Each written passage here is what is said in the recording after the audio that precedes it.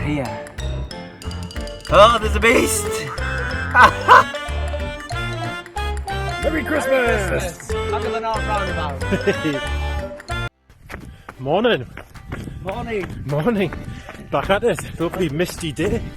Right, so today we had a bit crack yesterday and decided on probably around about a 15 to 20 miler heading into Durham. I haven't been for a long time.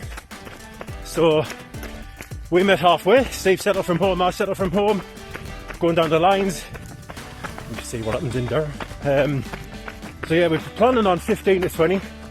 Bit of a difference in there, but yeah, like, I think as well we were talking about, especially at this early stage of training, you know, probably seems like a lot of distance, and actually, well, it is.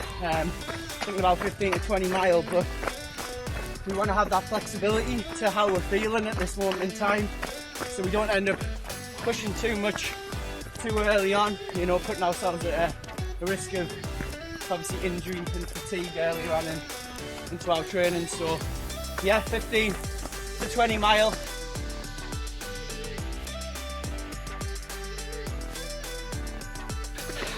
Me and Dave were just talking just then when we were on the ultra, the Werewolf 55 or Ghost Train.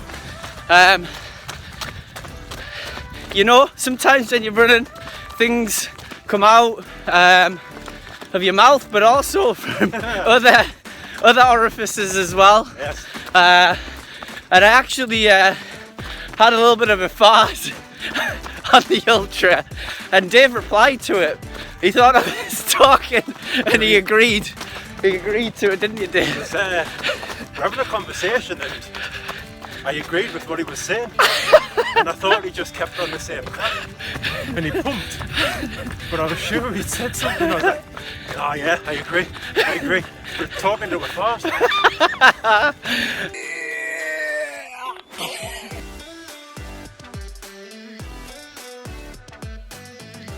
Into the mist. In the woods near Durham, just ducked into some holly there. Me and Dave are having a bit of a chat about our forthcoming, well, challenge next year, the Coast to Coast, 140 mile in 3 days. Simon's doing it as well. Shout out to Simon, who'll probably be running as well. Yeah. And yeah, we went through a bit of a conversation about thinking of the times that we have suffered the most with running. And actually, for me, a bit of a story or a meaning behind it as well. I'll tell you Dave's story first. Yeah, I think for me, it's quite obvious to a few when we did our 32 miler in the lakes. So distance-wise, yeah, great. However, the climb. And I think once I'd got past my fear of that mountain, I was thinking, straightforward now, brilliant. You know, I even thought the route out. When we got over that, there was still a big mountain to get over, and I think coming to that point, the miles per minute were about 16 minutes, and we have to get a move on here. Anyway, we got to the top of, what's that bank called, brother? Remember the pass? Yeah, I can't remember. Kirkston It's Pass. steeper. Yeah, Kirkston Pass. You get to the top of there, then you've got to go right to Ambleside, left to Windermere. The plan was to go left to Windermere. Came that close to saying Ambleside. You know, had I done that, I'd have been gutted. But no, got through it. We had a cracking day in about 6,500 feet climb. So don't listen to that naughty voice in your head. The moral of the story. Yeah.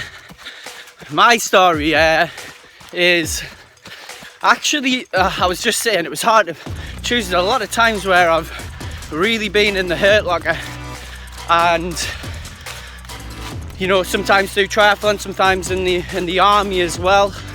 But it actually one closer to when, oh God, my arm's getting tight.